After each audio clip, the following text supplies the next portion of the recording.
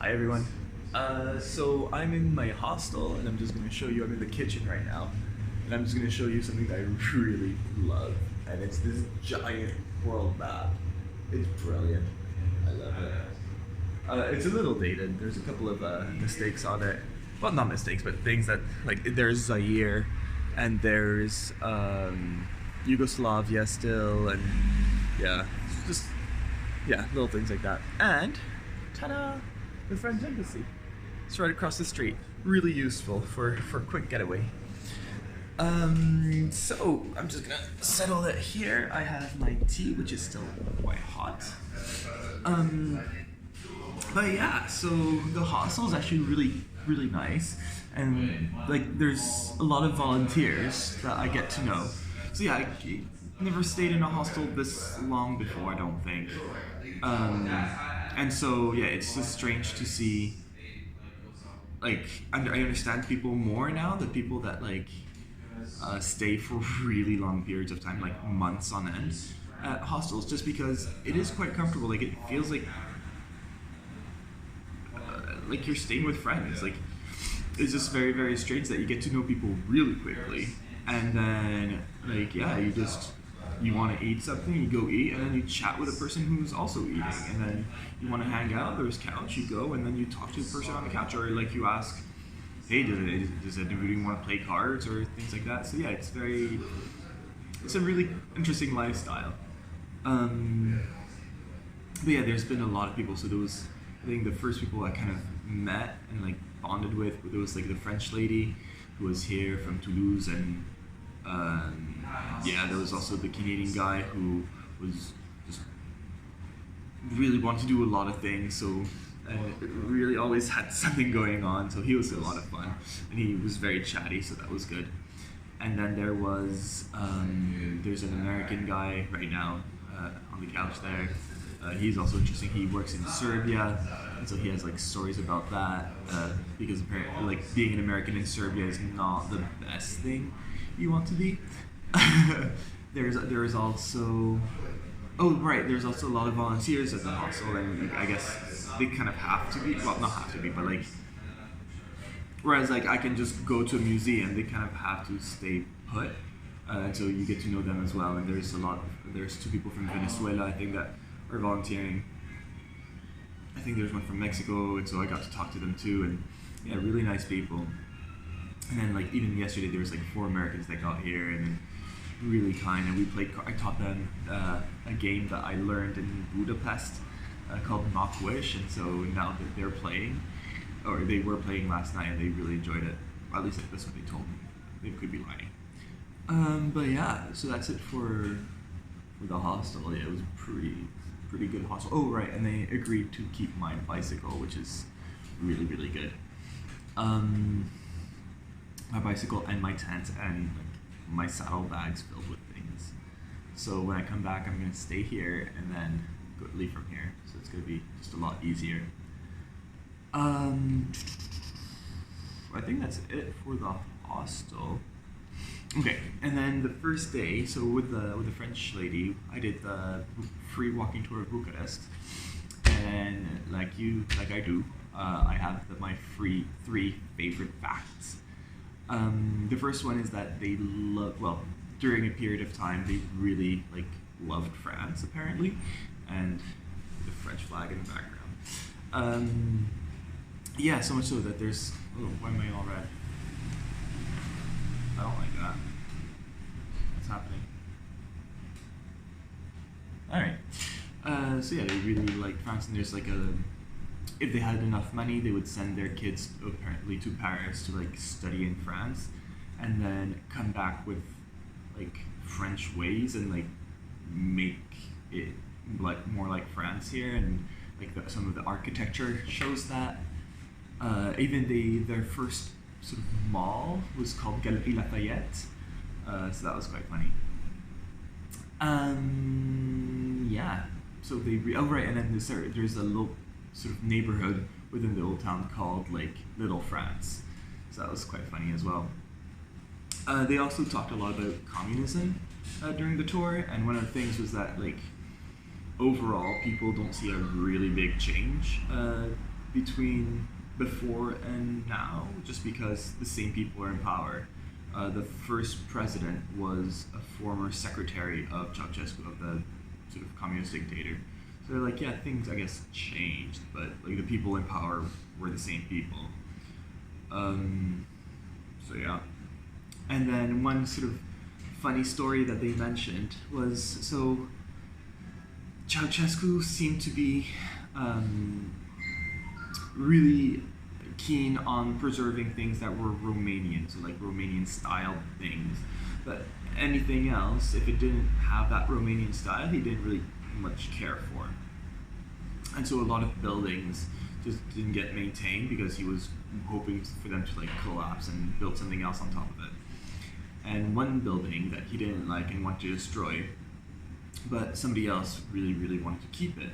So they made up the story that that building was where communists used to meet in secret before he came to power.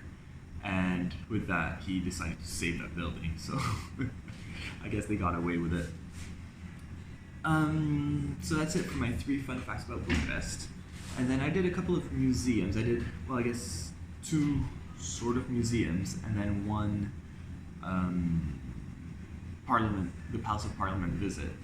And that was like the most interesting one, so I'll talk about the other 2 right now and then just keep the Palace of Parliament for the last. I went to this art museum, the European Art Museum, which I was told, the French lady had gone a couple of days before me, and she told me that for somebody who doesn't really like art, I probably won't enjoy the art, but the building is really beautiful. So that's exactly what happened, is the art was okay. A lot of it was religious art, a lot of it was like from the Middle Ages. It's just, yeah, it was interesting, but not really my jam. Whereas the building was beautiful. Some of the rooms were really, really like finely decorated and like, yeah, in different styles and everything. And there was a marble staircase at the end. Like, the building itself was really what made it worth it. And then yesterday I went to the Natural History Museum of Bucharest, and that was quite fun. So at the bottom they have dioramas of nature, and so it just like they condensed like nature into like one diorama. So like they have a bunch of fish species like interacting, where I guess in nature they would never be that close. But yeah, and it started with like mostly Romanian ecosystems, and then it would diversify. So then it would like be like the Romanian plains, the Romanian coast, and such. And then you had like jungles of South America, Siberia. One thing that really impressed me was the elephant seal. I had no idea they were that big. I knew they were big, but those things are massive.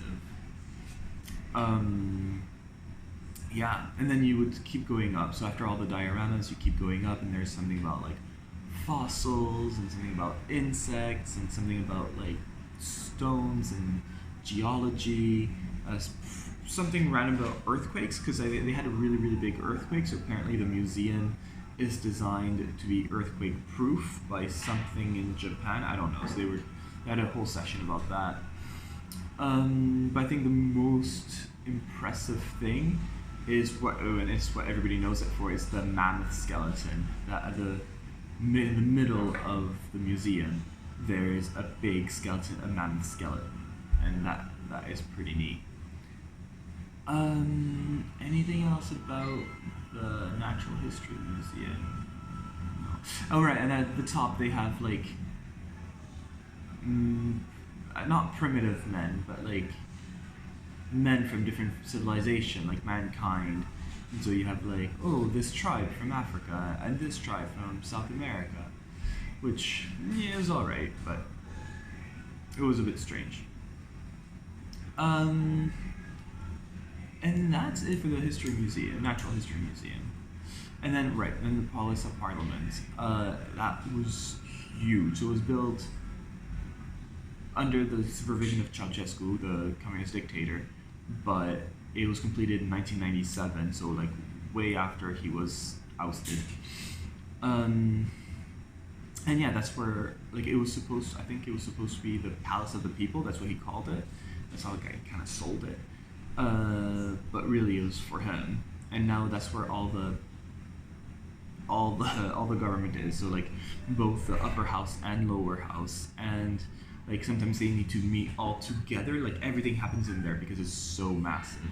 And even with all the government things happening there, they still have, I think they said, about like 400 rooms without much to do, like that don't have much purpose.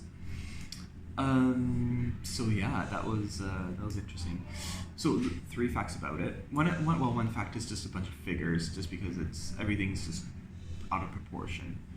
The first thing, it's the second biggest administrative building in the world. The first one is the Pentagon, but it is the heaviest. So I don't know if that counts for anything, because they say it's 20 stories high, just because I can't remember which way it goes, but I think it's like 12 stories from the outside, but really underground, it's also another 8 stories.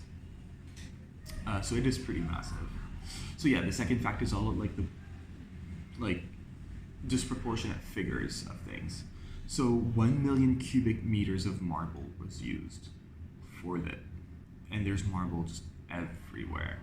And actually, the Canadian guy, he works in construction, and I guess I never realized how expensive marble actually was. And he was like, no man, like it's expensive. Like that's why he apparently he went to the art museum and he saw the marble there, which is not as much as the Palace of Parliament. And he was just like, I tried to calculate it and I just got lost in the figures. It was so much. So and that's even more. Apparently 700 architects were part of the project. There was 2,800 chandeliers. Like, and there's one chandelier that was like 5 tons, and the second chandelier was like 2 tons. Like everything's enormous. It's huge. There's a carpet that's 3 tons. It's just out of proportion. And the guide said that, yeah, like when they need to move it or get it out of the way for whatever thing, like 45 people need to move it. It's not, yeah, it's crazy. And like even one curtain, it was 200 kilograms. He's like, don't pull the curtain, because if it falls on you, that's 200 kilograms that's gonna fall on you. So that was kind of funny. And then you go through the side, and at some point they lead you to sort of the main entrance, or what he was planning for it to be the main entrance, and it like overlooks this really straight boulevard, really big straight boulevard. And yeah, everything's made of marble, and there's like 2 giant staircases that like sort of like come from up and like go out, and they looked really nice. So I started taking pictures of them just because they were really beautiful.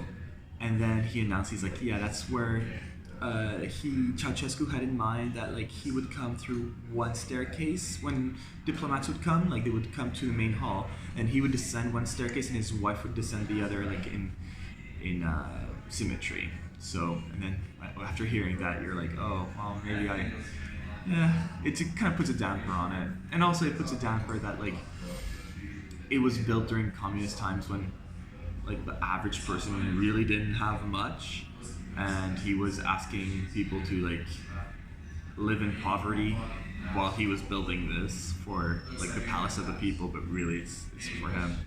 So yeah, that always, like, remembering that kind of put a damper on it all the time. And the last fact is, he showed us one secret door, like from a boardroom. We can see like in the wall, there's just the decoration kind of stops and then continues. Like I would never have noticed it, but once he pointed it out, you're like, oh yeah, there is something there. And that's the secret door that would lead to a secret passage. And he's like, we made it into a room for something else. I can't remember what. But yeah, there's rumors that, he said there was a bunker, but there's rumors that like the tunnels go on for miles, and that like they even go to the subway system if Ceausescu really needed to like leave the palace through a different exit. so he would be able to go through the metro, but or that like the tunnels are like the size of tanks or something like. So yeah, lots of rumors about that, but the guide told us like for sure there were secret doors. That's it. Like, and there's a bunker, but everything else, it's rumors. But yeah, so that's it for Bucharest. Tonight I'm taking the plane over to Egypt, and then after a week I'll go to South Africa with Jen, and that's probably where I'll make my next video. Just because I'm not sure how unusual Egypt will be. I think it's just gonna be nothing worthy of a video. Anyways, that's it. All right, bye.